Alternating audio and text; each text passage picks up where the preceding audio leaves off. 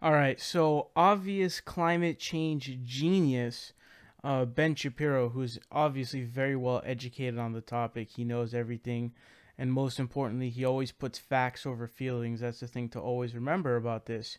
Now, he is going to school you guys on climate change. Now, we're gonna look at this. I'm gonna respond to a bunch of the things, but towards the end, I will talk about one thing that I want to highlight as the worst, most embarrassingly stupid argument that I have ever heard from Ben Shapiro. And that's a tough thing to do, right? Because there's so many of them, whether it be, climate change is a conspiracy by economic Marxist, or Obama's a Marxist, or whatever the hell, other piece of garbage ideas that this guy has had. But I want you guys to check this out. We're going to come back and talk about it. Okay, so here's my take on the climate change issue. On the climate change issue, I'm not going to pretend that I'm an expert in reading the studies. I do know that certain aspects that have been widely talked about have been debunked. The idea that the Arctic ice is disappearing is nonsense. The idea that the hockey stick graph is anything remotely resembling reality. The hockey stick graph shows over the last century, and it's too short a period of time to do climate change statistics like this. It shows over the last century, century and a half, that the climate, along with carbon emissions, go like that it's a hockey stick. The problem is that's falsified data. There have been multiple problems with the measurement data as far as global warming. That's why they call it climate change now and not global warming, because the Earth basically has not been warming for the last 15 years or so. All of which is to say, if you could come up with a solution that did not hurt millions of people and plunge us back into the 1850s, then maybe we could talk about it. The problem is that nobody, even on the left, people who are the biggest anthropogenic climate change advocates, cannot tell you what we are supposed to do to stop climate change. Everything they're talking about is at the very least trimming around the edges. So if climate change is based on carbon emissions, and carbon emissions have caused all this damage, then you need to dramatically scale back carbon emissions to the point that basically you stop driving cars, that you stop having coal emissions that power all of the energy in the country. Green energy is the biggest boondoggle that ever was. Solar energy is providing less than 4% of the nation's energy at this point, and we've invested billions and billions and billions of dollars into it. So until we come up with something nearly as efficient, we're going to have to make a choice. Either we're going to have to let the market come up with something as efficient as carbon-based energy, which is going to take a little while, or we are going to, if you take this problem as seriously as the left purports to take it, or you're going to have to plunge people into living standards of the third world. And by the way, even if you do that, I promise you, China's not going to stop developing its carbon emissions. And the reality is that all the developing countries, environmentalism is a luxury of the rich. That's the truth. When you're in China, when you're in the third world, you don't give a damn. When you're in the third world, all you want to make sure of is that your kid doesn't die tonight. And if that means that you're lighting cow chips on fire, which is what they actually do for warmth in huge swaths of the world, and that causes significant emissions, significant carbon emissions, then you'll do it. Because, hey, if it's my kid, or the temperature rises by 0.0000000000000000001 degrees Celsius. Vegeta, what does the scouter say about his power level? It's over. 0.00000000000000000 over the next century because I lit this fire. Fine, I don't care. And by the way, this idea that the climate has ever stopped changing is ridiculous. If there were climate change, the entire heartland of the country would become 3 times as productive in terms of crop productivity. The climate change has always been occurring, which is why Pangea. It's why the climate across the Earth has changed radically across time. There have been ice ages and there have been non-ice ages. There have been global warming periods and global cooling periods. In fact, global warming periods historically have been significantly better to humans than global cooling periods. Global cooling periods have been significantly damaging to the human population. So, so a couple of things. One, the subset of climate scientists is not all that large, so I really don't care what a doctor in biology has to say about climate change. He knows as much as I do. So it depends on what they have a doctorate in. Right, so you're right. There are a lot of climate scientists and climatologists who have said that global warming is an absolute fact, and anthropogenic global warming is an absolute fact. They have very different measurements as to how large that effect is going to be. There is a broad range among climatologists, as far as I can tell, among how much the climate is going to actually change and what is the direct impact of carbon emissions on that, given the fact that for the last 15 years there has been no global warming.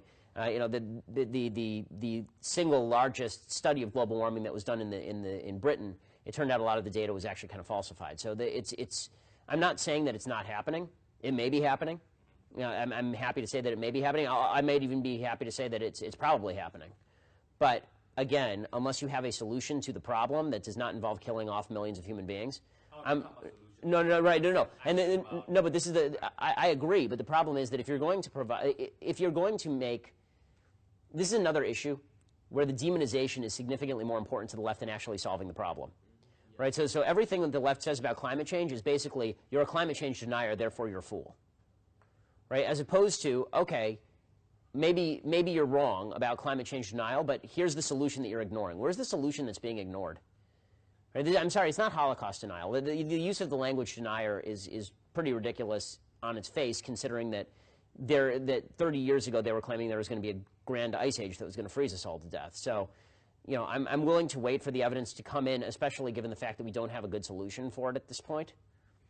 Once there's a plausible solution that the left actually wants to propose, we can talk about costs and benefits of it. But you know, I also have to understand what exactly is the real imminent threat to human life. I mean, the idea that the gradual rise of sea levels is going to kill hundreds of millions of people it's just fantasy.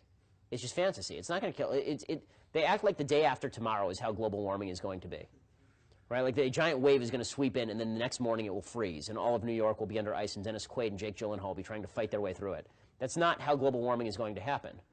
Right? Global warming is going to happen, if it does happen, the rate they say it's going to, it's supposed to happen over the course of the next 100 years. So let's say, for the sake of argument, that all of the water levels around the world rise by let's say 5 feet over the next 100 years, say 10 feet by the next 100 years, and it puts all the low-lying areas on the coast underwater. Right, which let's say all of that happens. You think that people aren't going to just sell their homes and move? It's not like it's all going to happen at once. Like there's just a big tsunami that comes and wipes out everybody. So human beings have a way of adjusting. Human beings have a way of dealing with these things. And I have more faith in human beings to deal with the crucial move from Santa Monica to the San Fernando Valley than I do in okay, we're all going to stop using our cars, burning coal, and using electricity. That seems to me a much worse solution than, okay, I'm going to have to sell my beachfront property at a discount price. By the way, that's who it's going to hit, the people with beachfront property. It's not going to hit anybody in Indiana. You're pretty safe. All right, so of course when I said that, you know, Ben Shapiro, the expert on climate change, I was obviously joking around. That was sarcasm. That was purposely to make fun of him, because he's not. So he starts out saying, you know, I'm not going to pretend to be an expert, and you literally go on for the next however long pretending to be an expert and attempting to contest facts because you're putting, you know, your feelings over them. So he starts out with the dumbest, you know, BS ever. He's literally being a climate change denier when he makes this statement, because he he does this stupid talking point about the ice sheets. This is the same thing that Steven Crowder did. If you guys haven't seen the potholer video that he did, debunking Steven Crowder's video on that, you should go watch it. It's a masterpiece. And Steven Crowder tries making this dumb talking point as well. I don't know who got it from who, one or the other, but it's because Antarctica is growing at about 82 billion tons per year, and the thing that they don't mention is that there are two major ice sheets in the world. One is Antarctica and one is Greenland, and that there are 269 billion tons being lost per year of ice on Greenland. So what does that mean? That's a massive net loss of ice. So what do people who have a political agenda which stands in the way of supposed facts over feelings? They lie, they bullshit, you know, they cover up the truth with lies. That's what they do. That's their game plan, essentially. So he starts out with that. And here's the funniest thing. So the hockey stick graph he's talking about is an accurate representation of the past 100 years, right? And he says that there are many issues with that. First of all, he claims it is falsified data without providing any evidence that there's any falsified data. But here was the richest part of that. He says that, you know, it's too short of a time span. And then he goes on to say this weird conspiracy theory that they stopped calling it global warming and started calling it climate change instead, when they're really just interchangeable terms. And then he says that, you know, it's, you know, over the past 15 years, there's been no warming. So hold on a second. Your claim against the hockey stick graph, which is what you call it, is that it's too short of a span to look at, which is 100 years. But your piece of evidence is a graph of 15 years? How does that make any logical sense?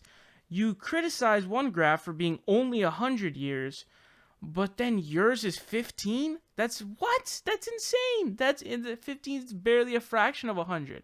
So that doesn't make any actual logical sense. And then here's what he goes on to do is like this is like supposedly his overarching point.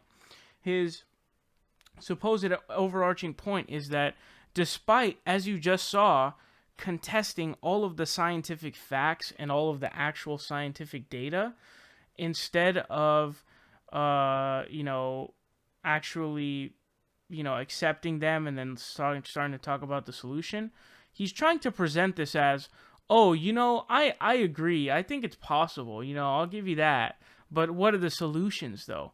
But you just went on like a long-winded rant of trying to debunk the climate stats in the first place. So how can you say that there's been no warming and that the ice sheets are not melting, and then go on to say, oh, I'll give it to you, but what's the solution? How can we talk about a solution when you're sitting there as a fucking idiot trying to quote-unquote debunk the facts? That doesn't make sense. How do you talk about a solution to an issue that you don't even believe exists? That doesn't make sense because you're claiming an issue doesn't exist.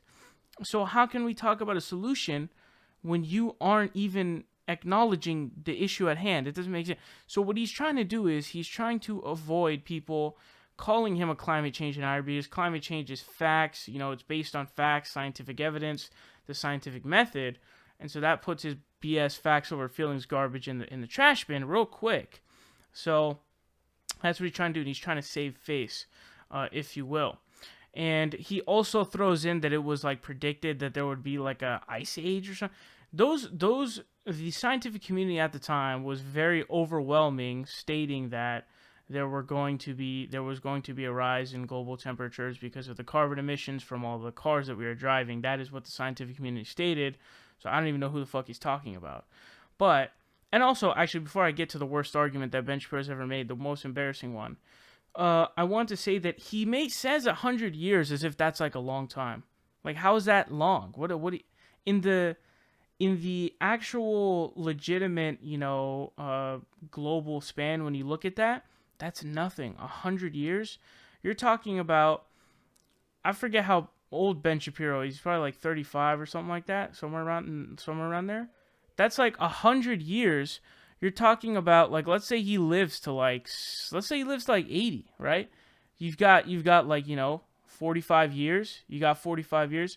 That brings it down to that. You've got kids.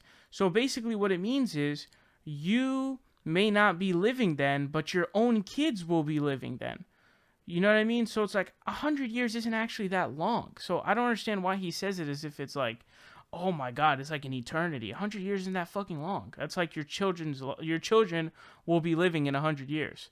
And so, well, his children won't be necessarily, but his kids, or younger people who are having kids, because he's like 35 or whatever the fuck, but people who are like 20-something having kids, they might be alive by then.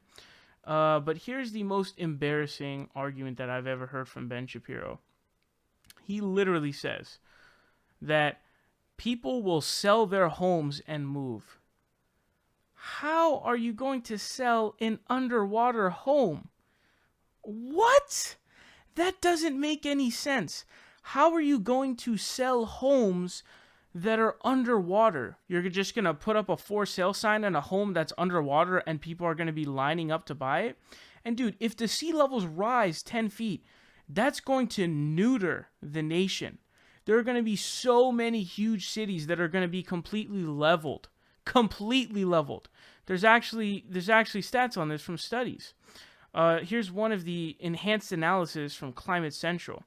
They say more than 32,000 miles of road and $950 billion of property currently sit on affected land in Florida. Threatened property in New York and New Jersey totals more than $300 billion. So, and it says, and New England states all face important risk. So you're looking at massive amounts of money. in terms of property. No one's going to buy a house that's underwater. You're going to sell it to a fish, a dolphin, a whale? Who's going to buy that house? It's literally the dumbest argument that I've ever heard in my entire life.